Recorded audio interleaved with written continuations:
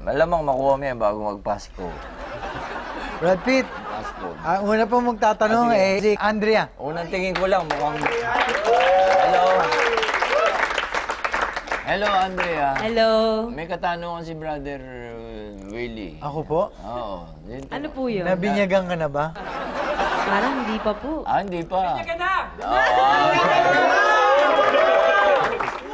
Pagkatapos ng ating sorry ay pumunta na tayo ron. Sige.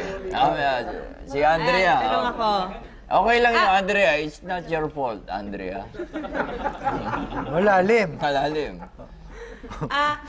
May nasusulat po ba tungkol sa biktima ng violence? Nako, usong-uso ngayon yan, no? Sa mga news, napapanood natin, mga biktima ng violence. Pakinggan mo, Andrea, sa Sampo. 1, 2, 3 ng headline. Ito, tungkol sa biktima ng violence. Ito po. Red, white, basa. Red, white, and blue. Ayun, nakakita mo. Ano ibig sabihin na biktima to eh? Ito po? Ayun. Red, ano yung red? Blood. Dugo. Nakita mo, may dugo agad. Opo. White. Ano yung white? Naubusan ng dugo, ng butla. White. White, hindi white. Yung and, Blue. ginulpi to eh. Ganun po. No. Pasa yan. Opo. Pasa. Ito. Ano nangyari? Red, white, and blue.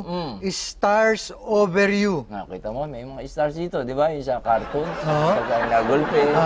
Yung may, Naku. yun. Stars over you. Opo. Dali lang, dali lang.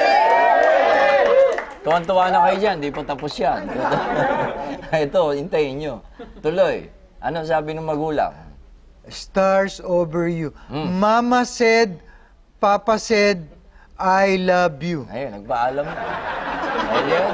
Alien. Alien, patay. Kawawa naman. Namatay po yun? Patay. Sinabihan na ng I love you eh. Oo, wala na. Ayan, biktima Andrea ng ano. Kawawa Kaya mag-iingat naman. po kayo ha. Mag-iingat po kayo mga alien. Alien! Alien! Salamat.